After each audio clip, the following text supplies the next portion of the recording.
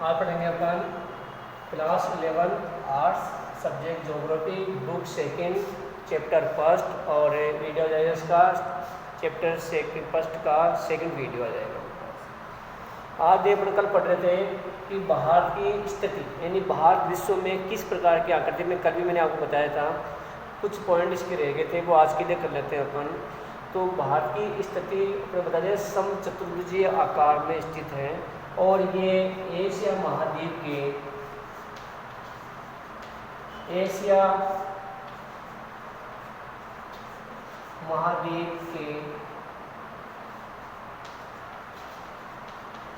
दक्षिणी भाग में स्थित है, दक्षिण भाग में स्थित है।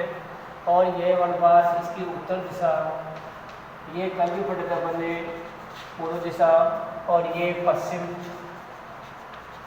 और ये अपने पास आ जाएगी दक्षिण। ये पढ़ने के बाद हमने इसकी लंबाई और चौड़ाई भी इसके अध्ययन कर लिया था अपन ने कि लंबा चौड़ाई क्या है। ये अपने पास 3214 किलोमीटर आई थी और ये अपने पास 2933 किलोमीटर है। इसके बाद में अपन ने यहाँ पे एक रेखा थी, उस रेखा का भी अध्ययन कर लिया था जिसका नाम कर्क रेखा है। कर्क रेखा है जिसका नाम कर्क रेखा अपने पास है और ये कर्क रेखा भी भारत के बीच जो मध्य से गुजरती है, कर्क रेखा भारत के मध्य से गुजरती है और कितने राज्यों काटती है, ये 8 राज्यों काटती है, 8 राज्यों को पार करती है या काटती है, 8 राज्यों को काटती है, भारत के मध्य से गुजरती है। कर्क रेखा जो 23.5 डिग्री पर स्थित है, रेखा का नाम कर्क रेखा है। ये 8 राज्य कौन कौन से हैं इसको जानने के लिए कल मैंने आपको कहा था कि वो एक लाइन आपको याद करनी है जिसका नाम है राम जाके 6 बंगु मित्र। क्या नाम था उसका? राम जाके 6 बंगु मित्र। ये नाम आपको याद रखना है। अगर ये नाम अपन याद रखते हैं तो ये 8 राज्य हम आसानी से पढ़ सकते हैं। 8 राज्य नाम के अपने पास मैंने आगे फिर कर दिया आपको, राम झा के 6 बंगु मित्र, ये नाम आपको याद रखना है। कल भी मैंने आपको कहा था कि इस नाम को आपको रखना है, राम जाके 6 बंगु मित्र। तो ये पूरा नाम याद हो जाएगा अपने पास। तो हम देख लेते हैं, रा से बन गया राजस्थान, न से बन गया मध्य प्रदेश, झा से बन गया झारखंड, के 6 से बन गया छत्तीसगढ़, ब से बन गया बंगाल और ग से बन गया गुजरात, मी से बन गया मिजोरम, त से बन गया त्रिपुरा। तो ये टोटल 8 राज्यों को ये रेखा काटती है। इसके बाद की जो कहानी अपने पास है वो अपन देखते हैं, यहाँ तक अपन ने कर लिया था। अब देखिए इसे जो नीचे वाला जो अपने पास है बाहर के ये रेखा काटती है, तो ऊपर जो भाग है ये शीतोष्ण कटिबंध के अंदर आता है, शीतोष्ण कटिबंध के अंतर्गत आ जाता है। और शीतोष्ण कटिबंध ऊपरी भाग जो पूरा है ये पूरा का पूरा शीतोष्ण कटिबंध में है और नीचे वाला जो भाग है वो उष्ण कटिबंध में आ जाता है।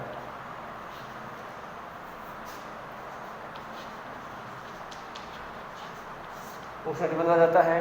नीचे वाला भाग जो अपने पास ऊपरी भाग है, तो ऊपरी भाग अपने पास क्योंकि यहाँ पर हिमालय पर्वत है और ये हिमालय पर्वत को 3 भागों में डिवाइड किया गया है। पहले मैं आपको बताता हिमालय पर्वत है और हिमालय पर्वत की वजह से ही इस उत्तरी भाग को पर्वतीय प्रदेश के नाम से जाना जाता है। हिमालय की वजह से ही इस उत्तरी भाग को पर्वतीय प्रदेश के नाम से जाना जाता है। तो ऊपर पर्वतीय प्रदेश हो गया और निचला जो भाग है वो तीनों ओर जल से घिरा होने के कारण, तीनों ओर जल से घिरा होने के कारण इसे पठारीय प्रदेश भी कहते हैं या प्रायद्वीप प्रदेश भी कहते हैं। पठारीय प्रदेश भी कहा जाता है या प्रायद्वीप भी कहा जाता है। प्रायद्वीप क्यों कहते हैं? प्रायद्वीप इसलिए कहते हैं कि ये इधर पूर्व में तो बंगाल की खाड़ी है और दक्षिण के हिंद महासागर है, बंगाल की खाड़ी और दक्षिण के अंदर हिंद महासागर, पश्चिम में अरब सागर, तीनों जल से घिरा होने का। अगर धरातल का कोई हिस्सा तीनों ओर जल से घिरा होता है। तो इस प्रकार के धरातलीय क्षेत्र को प्रायद्वीप कहा जाता है। तो भारत का जो निचोड़ हिस्सा है वो प्रायद्वीप क्षेत्र कहलाता है और उत्तरी भाग है वो अपने पास पर्वतीय प्रदेश के रूप में कहलाता है। तो इस प्रकार से अपने पास है भारत की जो रेखा अपने पास है दो भाग में डिवाइड होती है, पर्वतीय प्रदेश में और अपने पास पठारी प्रदेश के अंदर। इसका जो पश्चिम क्षेत्र है, पश्चिम क्षेत्र अपने पास है जहाँ पर राजस्थान है और इस क्षेत्र को मरुस्थलीय प्रदेश के नाम से जाना जाता है।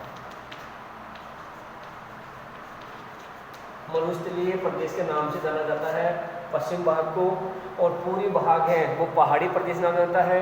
इसके अलावा अपने पास ये जो तटवर्ती क्षेत्र है, प्रायद्वीपीय क्षेत्र की जो तटवर्ती क्षेत्र अपने पास है, ये तटवर्ती क्षेत्र जो भी अपने पास है ये पूरा तटवर्ती मैदान या तटवर्ती क्षेत्र के रूप में जाना जाता है। तटवर्ती क्षेत्र के रूप में जाना जाता है, जो प्रायद्वीप के तटवर्ती मैदान के रूप में जाने जा सकते हैं, क्योंकि जितनी नदियाँ आती हैं वो नदियाँ अपने साथ कूड़ा करकट बहा कर लाती हैं और इन्हीं मैदानों में डालकर सागर में गिर जाती है। तो ये क्षेत्र बहुत ही उपजाऊ क्षेत्र होते हैं। यहाँ पर चावल के सर्वाधिक उत्पादन किया जाता है। तो ये क्षेत्र अपने पास तटवर्ती मैदान कहलाते हैं। इसके अलावा हम देखते हैं तो देखिए अपने पास दमन से लेकर कर्नाटक तक के भाग को बोलते हैं कोंकण तक, और कर्नाटक से लेकर केरल तक के भाग को बोलते हैं मालाबार तक। यानी प्रायद्वीप का दो तट हो गया प्रायद्वीप के ऊपर, पश्चिम भाग के अंदर दो तट हो गया अपने पास। दमन से लेकर दमन द्वीप से लेकर कर्नाटक के भाग को बोलते हैं कोंकण तट, और कर्नाटक से लेकर केरल तक के भाग को बोलते हैं मालाबार तट। तो दो बार तट हो गया अपने पास, और इन दोनों तट एक घाट पर स्थित है, इनको बोलते हैं पश्चिम घाट। ये दोनों तट जहाँ स्थित है उसे पश्चिम घाट कहते हैं, और इन दोनों तटों के द्वारा ही हम लक्षद्वीप तक जा सकते हैं। तो लक्षद्वीप अरब सागर में है, और अरब सागर तक में स्थित लक्षद्वीप तक पहुँचने के लिए हम सबसे ज़्यादा मालाबार तट का प्रयोग करते हैं। किस करते हैं? मालाबार तट के द्वारा ही लक्षद्वीप में जाया जा सकता है। और लक्षद्वीप को अरब सागर में स्थित पूरा जो घाट है, पूरा जो उत्तरी पश्चिम भाग है, इसे पश्चिमी घाट के नाम से जाना जाता है। किस नाम जाना जाता है? पश्चिम भाग या पश्चिम घाट के नाम जाना जाता है, जिसमें दो तट हैं, कोंकण तट और अपने पास है मालाबार तट। दोनों के दोनों बहुत इंपोर्टेंट तट हैं। उसी प्रकार पूर्वी भाग को बोलते हैं पूर्वी घाट, पूर्वी भाग को बोलते हैं पूर्वी घाट। और पूर्वी जो घाट है इसके भी दो तट हैं। पहला देखिए तमिलनाडु से लेकर आंध्र प्रदेश तक के भाग को बोलते हैं कारोमंडल।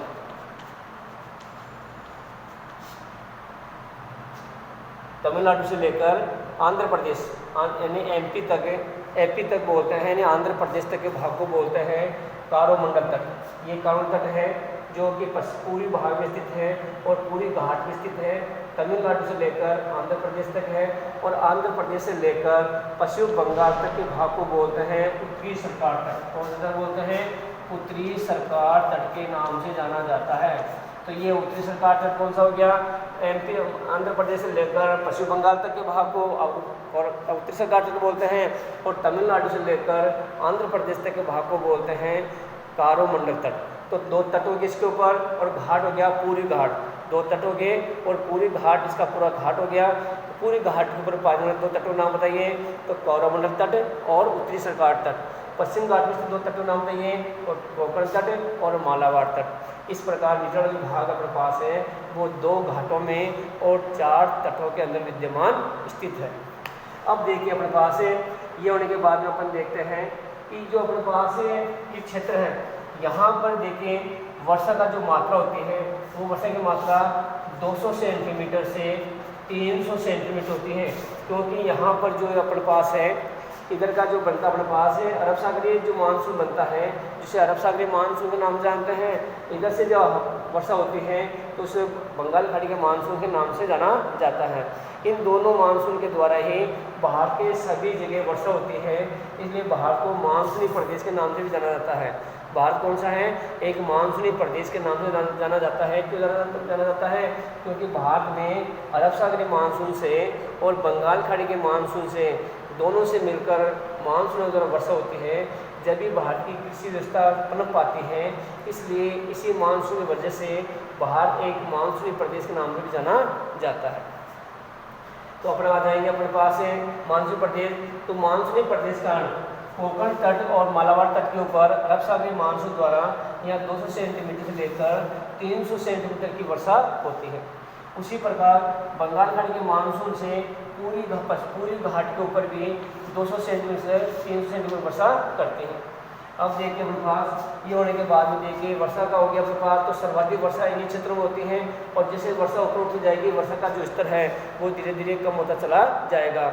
राजस्थान तक पहुँचते पहुँचते हमारे यहाँ वर्षा 25 सेंटीमीटर से लेकर 50 सेंटीमीटर बीच में होती है, क्योंकि राजस्थान के पूरी भाग पश्चिम भाग में न तो कोई पर्वत है, न कोई पठार है और न घने जंगल हैं। इसलिए मानसून रोकने के घने जंगल और पर्वत होना जरूरी है, तब जाके वर्षा ज़्यादा हो सकती है। दोनों ही हमारे यहाँ राजस्थान में नहीं है, इसलिए राजस्थान में वर्षा अपने पास 25 से लेकर 50 के बीच में वर्षा होती है। इसमें देखिए अपने पास है बाहर के भी मध्य में ये पठारी भाग के अंदर 2 पर्वत पाए जाते हैं अपने पास है विंध्याचल और सतपुड़ा। 2 पर्वत पाए जाते हैं, विंध्याचल और सतपुड़ा पाए जाते हैं। इन दोनों सतपुड़ा विंध्याचल से 5 नदियाँ निकलती हैं, जिनमें 2 नदी आती है, 2 नदी गिरती हैं अपने पास अरब सागर में और 3 नदी गिरती है बंगाल की खाड़ी में। महानदी गोदावरी कृष्णा, महानदी गोदावरी और कृष्णा गिरती है बंगाल खाड़ी में। नर्मदा और ताप्ती गिरती है अरब सागर में। अब गिरने के कारण ये है कि पूर्वी ढाल जो है पश्चिम ढाल की वजह से पूर्वी ढाल थोड़ा नीचे है, ये सभी नदियों का झुकाव पश्चिम की पूर्व की ओर है। तो नदियाँ बंगाल खाड़ी में जाती हैं और ये जो नदी अपने पास नर्मदा और ताप्ती नदी है, ये नदी तीनों मुख से निकलती हैं और तीनों मुख से निकलने के कारण ये इसका बहाव क्षेत्र पश्चिम के होने के कारण ये दोनों नदियाँ गिरती है बंगाल की खाड़ी में। बंगाल खाड़ी क्या उसमें गिरती है, अरब सागरीय भाग भी गिरती हैं। तीनों मुख होने के कारण अरब सागरीय भाग के अंदर गिर जाती है। तो 2 नदी गिरती है ताप्ती और नर्मदा, ये गिरती है अरब सागर में और महानदी गोदावरी और कृष्णा गिरती है बंगाल की खाड़ी में। इन नदियों को दक्षिणी क्षेत्र की प्रमुख नदियों के नाम से जाना जाता है। ये अपने मार्ग के अंदर उच्चावच बनाती हैं, अपने पास जलप्रपात बनाती हैं और बहती हुई अपने किनारी भाग के अंदर कूड़ा करकट इकट्ठा कर देती है, जहाँ से उसकी मिट्टी उपजाऊ बन जाती है और इन तटवर्ती क्षेत्रों के अंदर सर्वाधिक वर्षा भी हुई होती है और वर्षा का यहाँ पर सर्वाधिक फसलें उत्पादन की जाती हैं। इसके साथ ही यहाँ पर मछली पालन का काम भी सबसे ज़्यादा किया जाता है। तो इस प्रकार से ये तटवर्ती क्षेत्र जो हमने डार किया है, ये बाहर के तटवर्ती क्षेत्र हैं जहाँ पर वर्षा के द्वारा और नदियों के बहाव के कारण यहाँ पर चावल की सर्वाधिक खेती की जाती है, चावल की सर्वाधिक खेती की जाती है। इसी प्रकार पर देखते हैं अपन तो ऊपरी भाग में जो हिमालय हैं, ये हिमालय को भी 3 भागों में डिवाइड किया गया है। पहला ऊपर हो गया महा हिमालय, लघु हिमालय और उप हिमालय। 3 भागों में डिवाइड कर दिया हिमालय को। महा हिमालय लिख देता हूँ यहाँ पे, महा हिमालय, लघु हिमालय और उप हिमालय।